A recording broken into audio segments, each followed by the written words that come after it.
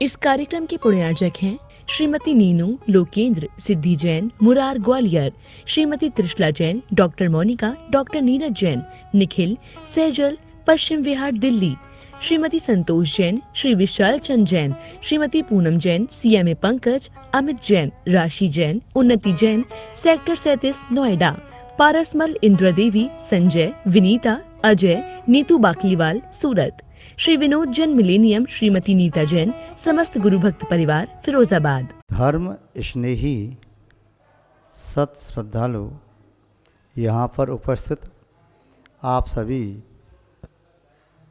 भव्य वर पुंडरीक पुण्यात्मा महानुभाव आचार्य भगवान समंतभद्र स्वामी द्वारा विरचित रत्न करंडक शावकाचार्य की वाचना में जहाँ प्रोषदोवास नामक शिक्षापद की चर्चा चल रही है, आचार्य महोदय उस प्रोषदोवास व्रत के संबंध में विस्तार से समझा रहे हैं। 3 प्रकार के शिष्य होते हैं, एक मेधावी, एक मंदबुद्धि और एक मध्यम मार्गी। जो मेधावी होते हैं उनके लिए सूत्र रूप रचना की जाती है, जो मध्यम मार्गी होते हैं उनके लिए टीका की जाती है, और जो मंदबुद्धि होते हैं उनके लिए विशेष व्याख्याएं और भाष्यात्मक वृत्ति आदि की जाती है। आचार्य महोदय ने प्रारंभ में प्रोषदोवास शब्द कहते ही मेधावी शिष्यों के लिए उस व्रत का स्वरूप कहा। मध्यम मार्ग के हैं उनके लिए प्रारंभ की 2 गाथा देकर के 3 गाथा दे के बता दिया, किंतु जो मंद हैं उनके लिए विस्तार से समझाना जरूरी है। विस्तार से समझ में कोई चीज़ आती है तो उसमें भ्रमित होने के चांस कम रहते हैं। कई बार व्यक्ति जल्दबाजी में ऐसा करता है, पूरी बात समझ नहीं पाता है और वह फिर भटक जाता है। इसलिए हमें अवसर मिला है तो व्याख्यान पूरा सुनना चाहिए। आधा व्याख्यान सुनने से अर्थ का अनर्थ हो जाता है। सब पूरा देख लेना चाहिए। कहीं दरवाज़ा लगा था, वहाँ लिखा था ये आम रास्ता नहीं है। संयोगवशात जहाँ नहीं शब्द लिखा था वहाँ खिड़की थी और खिड़की उसमें खुली तो पीछे की ओर पलट गया हुआ पल्लड़ और पूरा सामने दिखाई दे रहा था ये आम रास्ता है। व्यक्ति निकल के जा रहे तो चौकीदार ने रोका। उसने कहा क्यों, मैं नहीं जा सकता, यहाँ लिखा है आम रास्ता है। नहीं, ये आम रास्ता नहीं है। गेट लगा दिखाई नहीं देता क्या, मैं चौकीदार खड़ा हुआ हूँ। तो यहाँ यूँ के लिखा है आम रास्ता है, आप पूरा पढ़ो। उधर खिड़की बंद करके दिखाया, ये नहीं लिखा है, ये आम रास्ता नहीं है, ये जिनकी कोठी है उनकी कोठी में जाने का रास्ता है। ऐसे ही कई बार आधा व्याख्यान होता है, आधा प्रश्न सुन करके लोग कुछ ऐसे होते हैं, हाँ हाँ हाँ समझ में आ गया। अब क्या समझ में आया? थोड़ी देर बाद पूछे अच्छा दोबारा बताना, वो मैं भूल गया। फिर बताना, हाँ हाँ समझ में आ गया। फिर वो चले गए, फिर लौट गए, अरे मैं पूरी बात थोड़ा दोबारा बताना। तो ऐसे बार बार समय व्यर्थ करने की अपेक्षा से व्याख्यान को एक बार मन लगा के सुनना ना ठीक रहता है। अधूरी बात और बिना प्रश्न की बात अपने प्रयोजन को सिद्ध करने में असमर्थ होती है। छोटे से प्रसंग से बताएं। एक महिला अपने बालक को औषधि दिलवाने के लिए किसी वैद्य के पास आई और वह महिला वैद्य से मिलने के लिए गई, अपने बालक को बाहर छोड़ दिया। बालक को बाहर छोड़ दिया, महिला अंदर गई, वैद्य से चर्चा की, अपने बालक को दिखाया। वैद्य ने कहा अभी मैं पूरी तरह से देख नहीं सकता, इस बालक ने भोजन कर लिया है, दोबारा से आना तब मैं इसका सही उपचार कर पाऊंगा। अभी तत्काल के लिए ये औषधि आप ले लो। वह महिला लौट जाती है। दूसरी बार पुनः महिला आती है। कोई साधन नहीं था आने का, उस बालक को अपनी पीठ पर बिठाल करके गोदी में लेकर के फिर कम से कम 8 कोस यानी 24 किलोमीटर चल करके आई। प्रातःकाल चलना प्रारंभ किया। वह 4 घंटे में महिला वहाँ तक पहुँची। वैद्य से मिली, उन्हें देखा वैसे चर्चा करती हूँ, आज बालक उसने कुछ नहीं खिलाया। बालक ने मांगा, वो नहीं बेटा अभी तुम्हारा स्वास्थ्य खराब है, कुछ नहीं मिलेगा। बालक बार बार मांगे जा रहा था। वह महिला अपने बालक को बाहर छोड़ करके अंदर वैद्य से मिलने के लिए गई। वैद्य के उस क्लिनिक कहें या दवा खाना कहें, उसके सामने ही और भी दुकानें थीं, बाजू से एक होटल भी था। एक युवा लड़का आया, उसने होटल से नाश्ता वगैरह किया, देखा ये बालक मुंह सुखाए और टकटकी लगाई उस युवा को देख रहा है। उस युवा को दया आ गई और उस युवा ने बालक को पास बुलाया, खाओगे? बालक ने सिर हिला दिया, आँखों देखा। उस युवा ने उसे कुछ नाश्ता उसे करा दिया और नाश्ता उसका पेट भर के हो गया। अब वह बालक अंतिम ग्रास नाश्ते का ले ही रहा था तो उसकी माँ आ जाती है और माँ कहती है ये कौन व्यक्ति है, मैं तो 24 किलोमीटर से पैदल आई बालक को दिखाने के लिए। वैद्य जी ने कहा था भूखे पेट खाली पेट ही इसकी टेस्टिंग हुई, तब मैं देखूंगा। और मैं कितनी मजबूरी से आई, मेरा स्वयं का स्वास्थ्य भी ठीक नहीं है। अब प्रसंग को जाने बिना उस युवा ने उस बालक को नाश्ता कराया, उचित किया? नहीं। दया भी करो तो पहले सोच समझ के करो कहाँ दया करनी है। दूसरा प्रसंग और सुनो। एक महिला ने कहा कल जन्मदिवस है, मित्रों को बुलाना है, तैयारी अच्छे से कर लेते हैं। अपने श्रीमान जी से कहा कि बाज़ार से सब सामान ले आओ। सामान बाज़ार से सब आ गया। शाम को पूछा सब सामान आ गया? बोले हाँ आ गया। कोई एक दो वस्तुओं की कमी रह गई और मशरूम आदि की वस्तु कम रह गई होगी।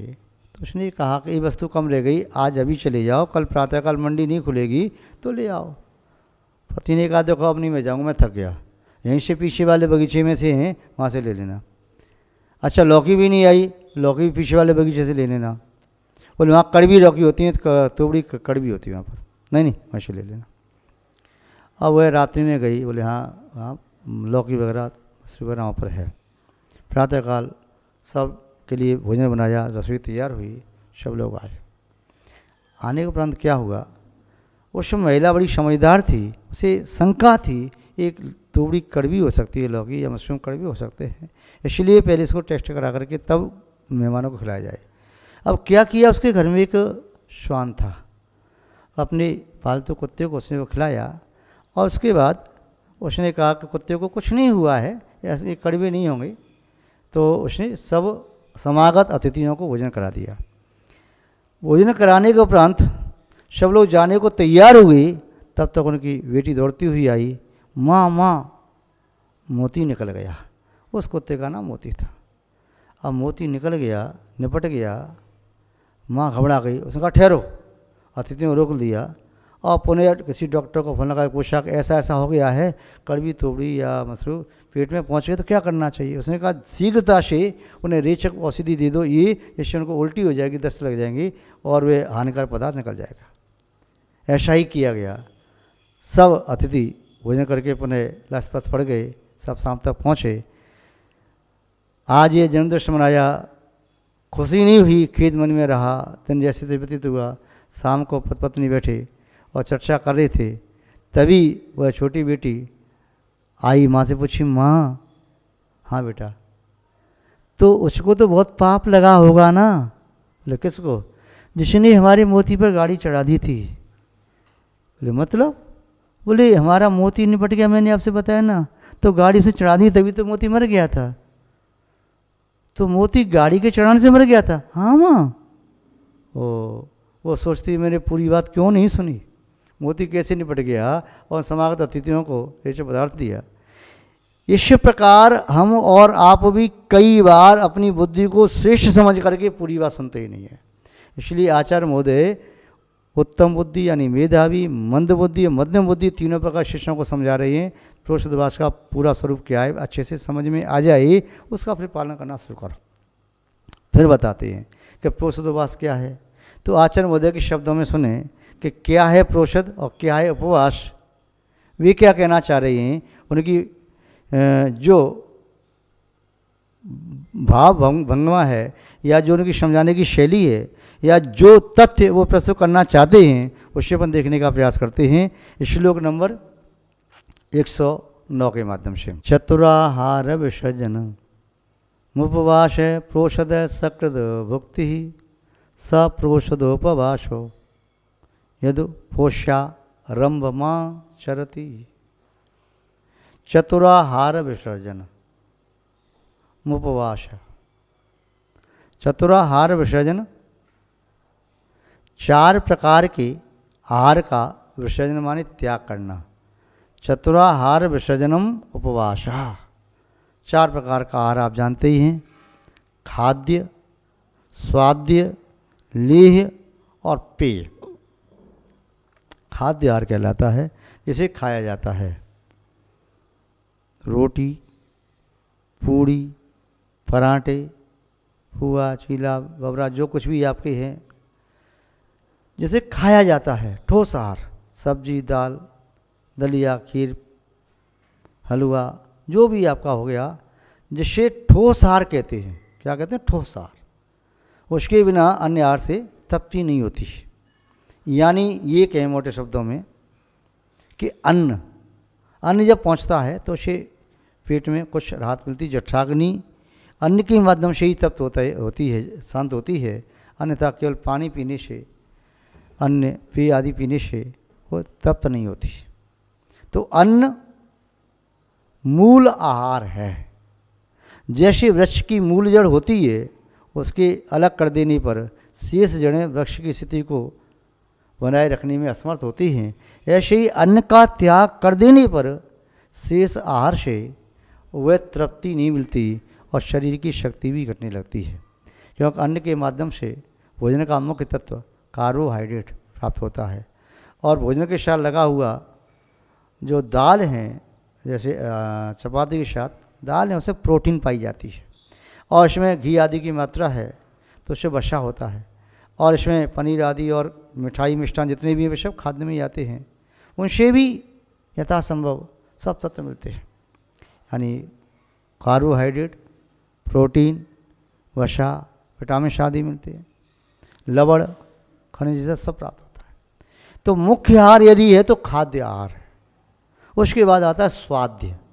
स्वाद के लिए लिए जाने वाला, जिससे पेट नहीं भरता, जो स्वाद के लिए ही होता है, इलायची खाना, सौंफ खाना, लवंग खाना, अजवाइन लेना। ये कितनी मात्रा में लेते हैं? थोड़ी मात्रा में, या सुपारी आदि खाई, तो स्वाद के लिए, जिससे मुख का स्वाद चेंज हो जाए, वो स्वाद होती है। फिर आता है लेह। लेह आदि होता है, वह स्वाद्य और खाद्य के बीच की स्थिति है। लेह से पेट में आदर पहुंचता है, और लेह आहार बालक से लेकर के वृद्ध तक सबके लिए उपयोगी होता है। अब इसके उपरांत होता है पेय आहार।